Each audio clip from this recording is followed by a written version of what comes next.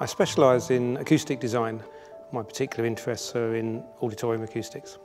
One of the crucial things in auditorium design, I think it's a question of balance.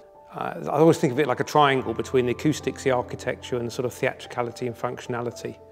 And in a great auditorium, those three are in balance.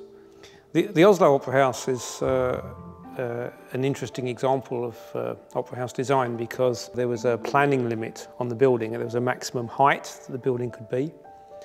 And to get reverberance, you need volume, you need a bigger space. At the lower part of the room was relatively narrow, and that's very good for a music performance space because when we listen, we get this sound that comes direct, of course, from the performer, but also sound that kind of bounces off the walls. But then we had a big room at the top, we made it wider at the top to have more volume. So we were very pleased with the result there because we managed to get both clarity and reverberance in the final sound. One of the advantages of joining Arup is that you have around you this most amazing expertise of many specialists in every subject. One of the roles of the Arup Fellows is to help ensure that we remain technical experts. We're only going to be successful at Arup if we're at the cutting edge at innovative work. Right now is a really exciting time to be in acoustic design, and the reason for that is a technique called auralization.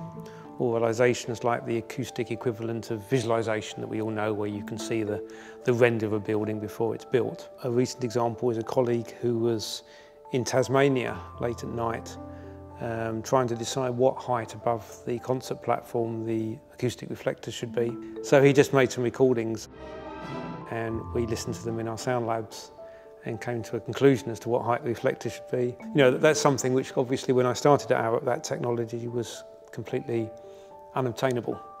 But now it gives us an advantage over our competitors, and it helps hold us all together as a kind of global team, really. Concert hall design is never easy, but it's relatively easy up to about 2,000 seats. Above 2,000 seats it becomes quite difficult, and it means you have to be quite adventurous in your design solutions and the geometry that you impose. There are one or two standard forms of concert hall, sort of formats which have developed over the years, and the famous one is the shoebox hall, which is a very simple rectangular form, and there's another one called the vineyard. But for Bridgewater we decided neither of these was entirely appropriate, so we developed a sort of hybrid form between the two, which has elements of the rectangular hall but also elements of the vineyard geometry to try and achieve the best aspects of both. I think there's a very good trend in Arup that a lot of Arup Fellows are younger, and they will be able to make use of their recognition and status as a fellow for longer within the firm. We've got a fantastic team of really talented people.